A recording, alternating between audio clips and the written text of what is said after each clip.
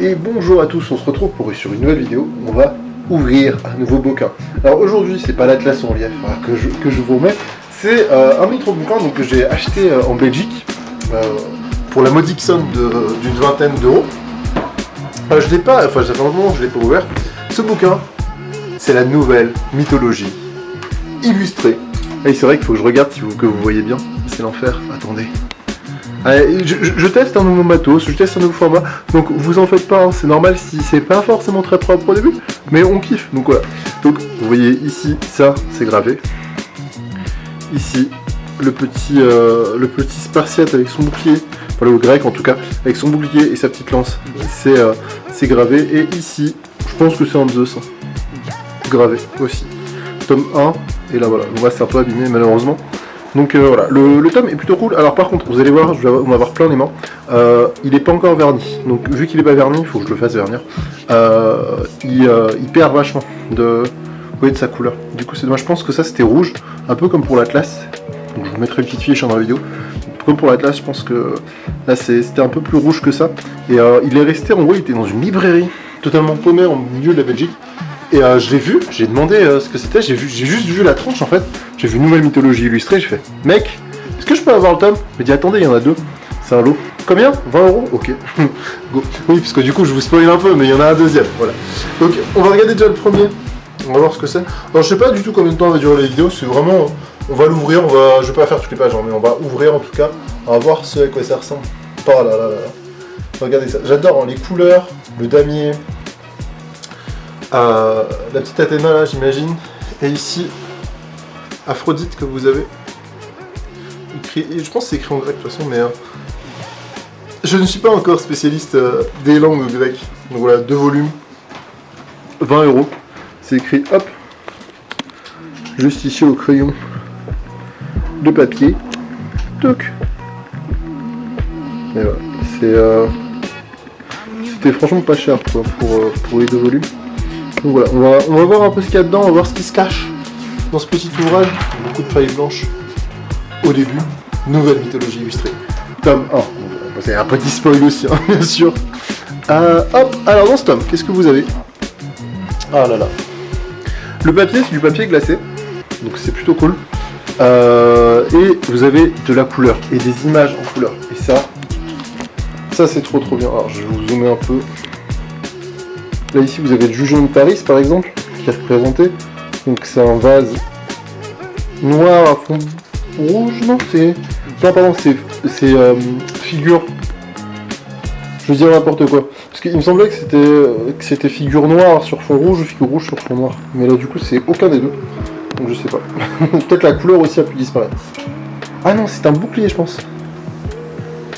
C'est un Pixis. Donc un Pixis, t'imagines que c'est un bouclier. C'est plutôt stylé. Là vous avez la page de garde donc. Nouvelle mythologie illustrée de Jean Richemont. Voilà. Donc plutôt sympa, l'Académie française. Maison d'édition d'art et de vulgarisation qui se situe à Rapsaï à Paris. Donc c'est plutôt cool. Je vais essayer de faire que vous voyez un peu les... excusez-moi, je bouge un peu mon petit trépied. Que vous voyez au moins les 2 pages. Bon, parce que je vais les tourner, je vais pas forcément zoomer sur tout. Mais on va essayer de voir un peu ce qui se cache dans ce bouquin. Oh là là. Hésiode et la Muse. Première page. Tableau de Gustave Moreau qui se situe à Paris. C'est stylé, pardon. Si j'avais la certitude absolue de pouvoir consacrer aux pages que voici toute la science qu'il y faudrait, c'est comme de la peste noire que je m'en garderais. Dans l'occasion présente, j'en jure par les grâces. C'est bon, je sais pas, il n'y a pas de date du coup, c'est ça qui me... Je crois qu'il est du XXe siècle, mais j'arrive pas à trouver, j'ai pas trouvé la date. Ou si je l'ai trouvé, j'ai oublié. Ah si, copyright 1920. Donc 1920, à peu près la même date que l'Atlas. Et ça c'était... Il est super bien conservé, hein. Pour un livre de 1920 en vrai, il est méga bien conservé. Donc fait par Saint-Andrea et Massou. Voilà, donc je vais pas tout vous montrer, c'est vraiment pour vous montrer un peu l'idée du bouquin. C'est assez stylé. De temps en temps vous avez là le Jument de Paris qui est encore représenté. Faut que je le lise. Là pareil, je l'ai acheté il y a un an et demi. Et le truc c'est que vu que j'étais parti à l'étranger, je pouvais pas parce que c'est des bouquins qui pèsent assez lourd. Je peux pas les amener dans ma valise et surtout j'ai pas du tout envie de les abîmer. En 1920, fait en papier glacé, vous n'avez pas forcément envie de vous balader de l'abîmer. Regardez, la signature de l'académicien. Jean... Attendez, j'ai oublié son nom. J'ai totalement oublié son nom. Hop, Jean Richepin, qui a signé ici. Vous voyez bien le Richepin. Attendez, ça, je vais vous zoomer dessus, parce qu'en vrai, une signature d'époque... Oh mince, vous avez bien le petit cordon, excusez-moi. J'avais pas vu. C'est plutôt stylé. Bon, c'est imprimé, hein. Mais ça reste quand même bien stylé. Donc c'est plutôt cool. Allez, on continue. Introduction. Alors, j'ai pas trouvé... Il n'y a pas de sommaire, alors peut-être c'est à la fin. Alors regardez ici, Zeus et Antiope en couleur. Donc c'est la nouvelle mythologie illustrée, donc j'imagine qu'il y a une mythologie illustrée. Blablabla. Dynastie successive des dieux grecs, donc chapitre 1er. Donc, ça c'est le premier chapitre. Je vais essayer de trouver le sommaire. Attendez, on va aller au fond, au fin fond. On va essayer de se trouver un sommaire. Oh! Regardez, regardez. À chaque fois qu'on va dans les vieux livres, on trouve des petits papiers. Alors, qu'est-ce qu'on a là-dessus? Tout la rue, des belles feuilles, métro. Alors ça, c'est quelqu'un qui qui voulait aller quelque chose. Fédération nationale J.G des mineurs à Paris. Quelqu'un voulait aller à la Fédération nationale des mineurs. Et de l'autre côté. Ouais, bon, je pense pas que ce soit très vieux. Le papier a l'air assez ancien par contre. Il est pas trop jauni, puisque je pense qu'il est un peu jauni quand même. Il est pas trop, parce qu'il est resté. Je pense que c'est daté des années 70-80, ça c'est... Ouais, c'est un petit... quelqu'un qui écrit. Et l'écriture est... On sent l'écriture est quand même assez... C'est pas l'écriture des années 1920, où c'est très prude, très... L'écriture commence à devenir un peu... Voilà. Surtout il y a le métro à Paris, donc ouais. Je pense que voilà, c'est... voilà. Mais du coup, ce livre a été à Paris. Donc, il a été imprimé à Paris. Et puis comment est-ce qu'il s'est retrouvé en Belgique? C'est une vraie question. Je pense juste que bah, c'est quelqu'un qui l'avait, qui a dû décéder, et la personne, la famille l'a vendu. Donc là où je l'ai acheté, il a dû y rester un petit moment, vu comment on s'en occupait pas. Mais quand j'ai dit au mec, merde, c'est parce que j'ai entendu le petit bruit de feuille qui a commencé à se déchirer, je l'ai retenu. Donc quand je l'ai dit au mec que je le voulais, il m'a dit, non mais attendez, ça coûte combien? Et il l'avait oublié en fait. C'est des trucs qui restent et qui sont totalement oubliés, qui coûtent pas super cher, enfin genre 20 balles pour un livre comme ça, mais regardez le nombre de chapitres. Donc il y a énormément de trucs. En gros il y a 3 parties j'imagine. On va voir. Alors, chapitre 1er. Attendez, je sais pas si vous voyez. Peut-être que je vous zoome encore un peu dessus. Vous allez voir un vrai truc, c'est que quand on va passer sur les 2 pages, il faudrait que je rezoome. Donc, table contenu, donc top 1er. Chapitre 1er, les dynasties successives des dieux grecs. Donc là, on est vraiment au tout début, avec le chaos, les hécatonchyres, Zeus qui lutte contre les titans, le Tartare, le rapt du feu par Ptolémée. Prométhée, pardon, Ptolémée. Prométhée. Ensuite, vous avez une partie sur Zeus. Hop. Une partie juste ici, pardon. Sur Zeus, avec son mariage, ses amours, puissance et attribution, culte de Zeus. Donc ça c'est plutôt cool. Une partie sur Héra aussi, qui est présentée juste ici. Et sur Athéna. Alors la partie sur Zeus est très très longue. Elle a 5 parties. Le type définitif de Zeus. Zeus, personnification de l'idée divine chez les Grecs. Et ici vous avez le chapitre 3 Héra, chapitre 4 Athéna, chapitre 5 Apollon, chapitre 6 Artémis, chapitre 7 Hermès, Arès, Aphrodite en chapitre 9. Donc voilà, vous avez les différents, tout ce qui se passe en fait dans l'idée des différents dieux. Je vais pas vous lire tout le sommaire, juste au moins les grandes parties. Ensuite, chapitre 10, les divinités du feu, c'est quoi ça? Ah, naissance d'Héphaïstos, les relations d'Héphaïstos, Héphaïstos et Prométhée, Héphaïstos, dieu de feu antérieur, Héphaïstos dans l'art, c'est stylé. Ok. Poséidon, les autres divinités de la mer. Donc en vrai, il y a énormément de choses là-dessus. Table de gravure contenue dans le texte aussi. Ah, vous avez vraiment une liste de toutes les gravures que vous avez. Donc ça, c'est super super stylé. On en a pas mal, j'irai en voir quelques-unes après. Ouais, c'est parti. Donc là, pareil, c'est des gravures encore. Regardez le nombre de gravures qu'il y a à l'intérieur. Il y a la table des planches hors texte qui est présente ici aussi. Zeus lançant la foudre. Ok. Donc vous avez vraiment un manuel, en tout cas le premier, avec une dizaine de chapitres. Mais du coup, attendez, s'ils ont sauté autant de jeux dans le premier, il y a quoi dans le deuxième? Il y a quoi dans le deuxième? On va ouvrir un peu au hasard, on va voir un peu ce qui trame. Ah, c'est beau. C'est Vachus, ça, non? C'est Pan, pardon, excusez-moi. Si vous avez une représentation de Pan. Ah putain, avec la lumière, vous voyez pas. Tac, si vous voyez. À gauche, vous avez une représentation d'un satyre. Donc là, on est parti sur ce qui se passe avec Dionysos. Est-ce qu'on a une représentation de couleur en vrai, parce que c'est le plus intéressant? Là, ici, on en a une. Ah non, ici, c'est l'enlèvement de Perséphone. L'enlèvement de Perséphone par Zeus, il me semble, c'est... Non, attendez. Perséphone, elle était enlevée par qui? Par Hadès? Oui, peut-être. Peut-être par Hadès. C'est une vraie question. Je ne sais pas, on vérifiera. Ok. Et ben, franchement, ce livre est plutôt stylé. Voilà. Je sais pas trop comment le montrer, parce que c'est vrai qu'il y a énormément de choses à expliquer, il y a énormément de choses à dire. En vrai, je vous le lirai, puis je vous dirai un peu en dessous de la vidéo, en commentaire, ce que j'en ai pensé. Et on va passer au deuxième volume. Alors, le deuxième volume est un peu plus abîmé, hein, vous voyez sur la tranche déjà, ici. Il perd encore plus, mes doigts commencent à être dégueulasses.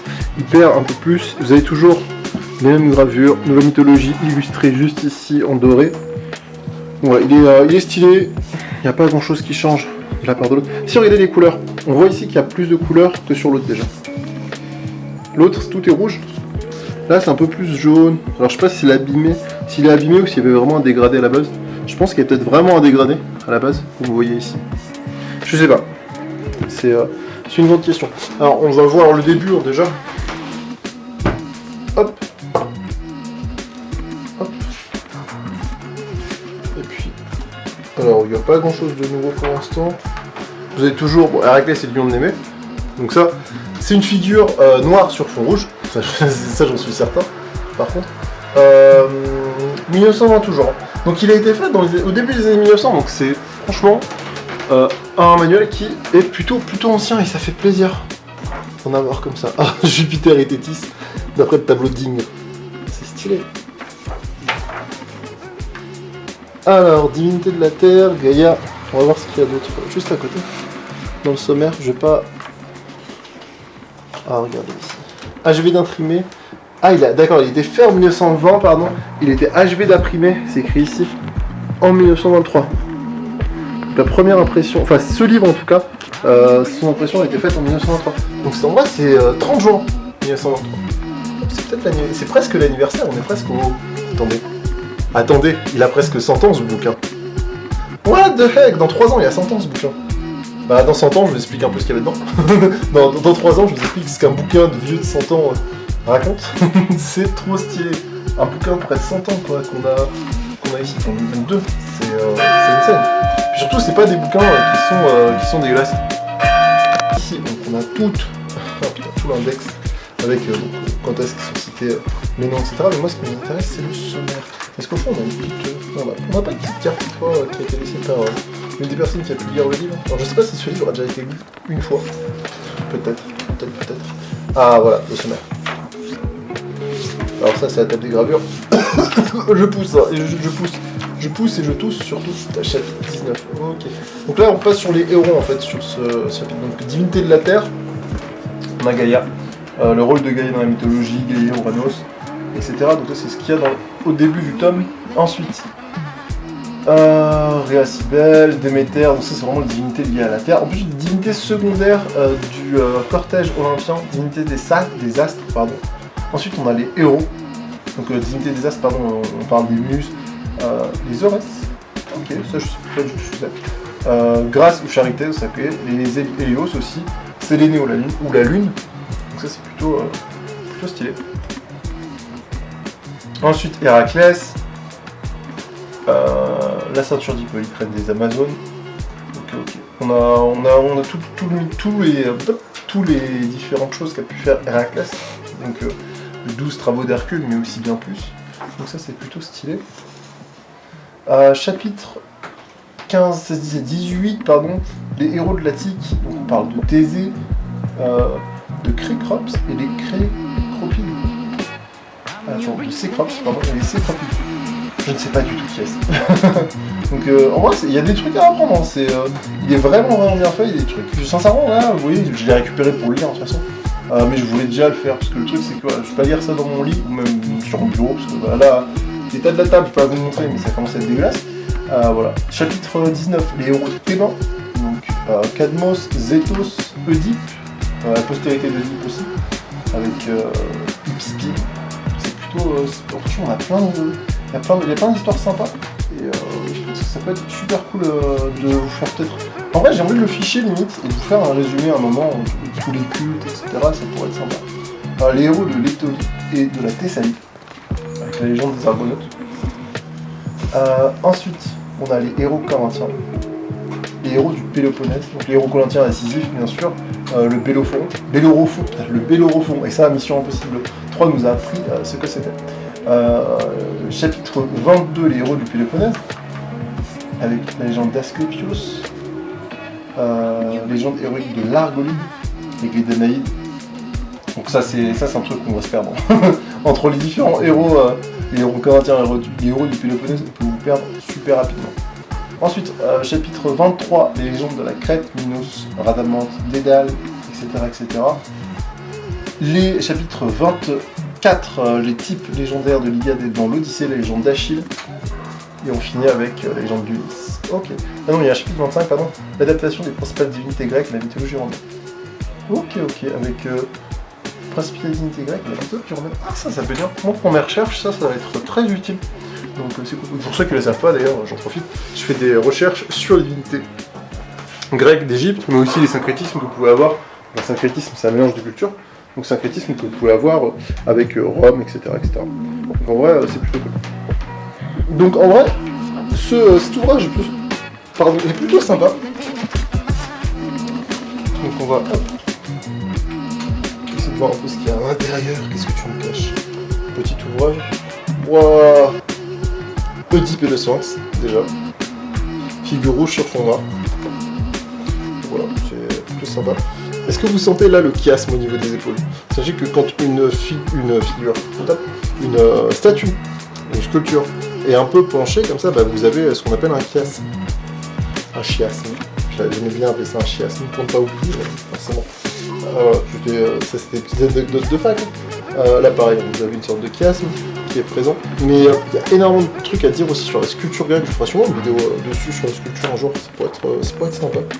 Donc voilà, dans ce manuel, vous avez énormément de choses, de connaissances, aussi de récits, hein, des différents héros. Héraclès qui est présent juste ici. Non, en vrai, ces deux livres sont bien. Donc je vais les faire tout simplement vernir, et puis je les lirai. Et puis voilà, je vous dirai d'ici quelques temps ce que j'en ai pensé. Soit je vous mettrai en commentaire. Voilà. N'hésitez pas à me rappeler dans les commentaires, à me dire « Oh Malicus, ça fait 2 ans que tu nous as toujours pas dit ». Et je vous dirai « J'ai un peu eu la flemme de le lire ».